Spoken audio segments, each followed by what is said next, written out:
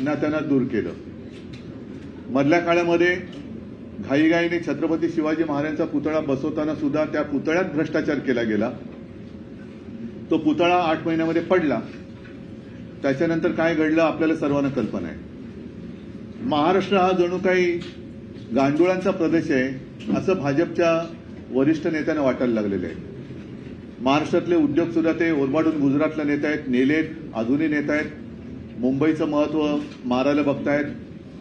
आणि आता तर कहर झाला।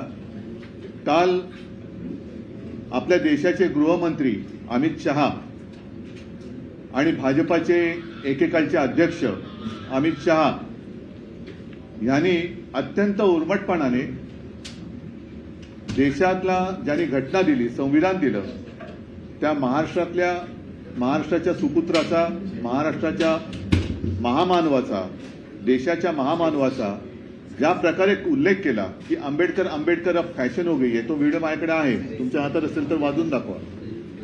म्हणजे आंबेडकरी फॅशन झाले। त्याच्याऐवजी जर का देवाचं नाव घेतलं असतं तर 7 जन्मात पुण्य तरी लाभलं असतं। आजचा अत्यंत खिणकस आणि उद्दाम उल्लेख जो काही केलेला आहे, मला असं वाटतं आता भाजपच्या ढोंगावरचा पूर्णपणे बुरखा फाटलेला आहे। त्यांच्या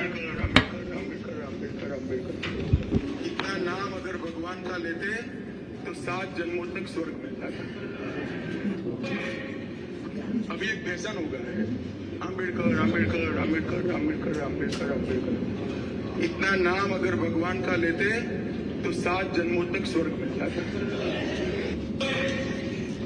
हा अत्यंत उद्दामपण आहे आणि भाजपचं ढोंग हे समोर आलेलं आहे। भाजपचा बुरखा फाटलेला आहे। यांचं हिंदुत्व म्हणजे मुंह में राम आणि बगल में छुरी असं यांचं हिंदुत्व आहे। यांना महाराष्ट्र खतम करायचं आहे। आपल्याखेरीज दुसरा कोणीही भविष्यामध्ये या देशामध्ये जन्माला आलाच नव्हता असं त्यांना दाखवायचं आहे। नेहरू नेहरू करता करता आता हे आंबेडकरांवरती बोलायला लागले। एवढ्यांची हिंमत वाढलेली आहे। आता मला जे भारतीय जनता पक्षाला पाठिंबा देणारे जे इतर पक्ष आहेत, मग तो नितीश कुमार असतील, चंद्राबाबू आहेत, विशेष म्हणजे रामदास आठवले काय करतायत? रामदास आठवले राजीनामा देणार आहेत का? अगदी महाराष्ट्रामध्ये सुद्धा भारतीय जनता पक्षासोबत जे आमचे मिंदे गेलेत, अजित पवार गेलेत, त्यांना सुद्धा बाबासाहेबांचा अपमान मान्य आहे का? आणि बाबासाहेब आंबेडकर आंबेडकर आंबेडकर ही खरंच फॅशन झाली का? हे त्यांना मान्य आहे का? हे आता येत्या काही दिवसामध्ये कळलं पाहिजे। महाराष्ट्र तर आता मला असं वाटतं सहनशीलतेच्या पलीकडे गेलेला आहे आणि भारतीय जनता पक्षाने आणि संघाने सुद्धा आता खुलासा केला पाहिजे की हे तुम्ही अमित शहाकडनं बोलून घेतलंय का? कारण अदानीचं नाव घेतल्याबरोबर आभाळ कोसळावं तसा भाजपा कोसळतो। जो अदानीवरती आरोप करतो त्याच्यावरती भाजपा कोसळून पडतो। आता बाबासाहेबांचा उल्लेख असा केल्यानंतर भारतीय जनता पक्ष हा अमित शहांवरती काही कारवाई करणार आहे का? आणि नाही तर मी तर स्पष्ट म्हणतो की भाजपचं ढोंग आता उघड पडलेलं आहे। भाजपचंच जो आतलं जे काही काळं आहे, हृदयातलं काळं हे बाहेर आलेलं आहे। आणि आता तरी महाराष्ट्राने आणि देशाने शहाणं झालं पाहिजे। आम्ही जे लोकसभेच्या वेळेला म्हणत होतो की यांना संविधान बदलायचं आहे, संविधान बदलायचं आहे, दुर्दैव असं की संसदेमध्ये चर्चा ही संविधानावरतीच सुरू आहे। संविधानाला आता 75 आपल्या स्वातंत्र्याला 75 वर्ष झाली आणि त्यानिमित्ताने संविधानावरती चर्चा सुरू असताना ज्यांनी संविधान आपल्याला दिलं त्या आंबेडकरांबद्दल, बाबासाहेबांबद्दल, आपल्या महामानवाबद्दल अमित शहा सारखा एखादा माणूस एवढ्या उद्दामपणाने आणि तुच्छतेने बोलू कसा काही शकतो याचं उत्तर मिळालं पाहिजे। नाहीतर भारतीय जनता पक्षाला सत्तेवरती राहण्याचा अधिकार नाही। घटनाकर्त्यांचा अपमान करणाऱ्याला जर का ते अभय देणार असतील तर मला असं वाटतं मोदींनी सुद्धा सत्तेवरती राहता कामा नये। त्यांनी एकतर अमित शहांवरती कारवाई करावी, नाहीतर मोदींनी सत्ता सोडावी।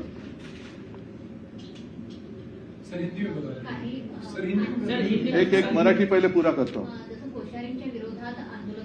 नाही, शेवटी आंदोलन आम्ही करणं बरोबर आहे। हे आंदोलन आम्ही करू, तो काय मुद्दा नाहीये। पण विशेष म्हणजे इतर सामान्य जनतेला हे मान्य आहे का?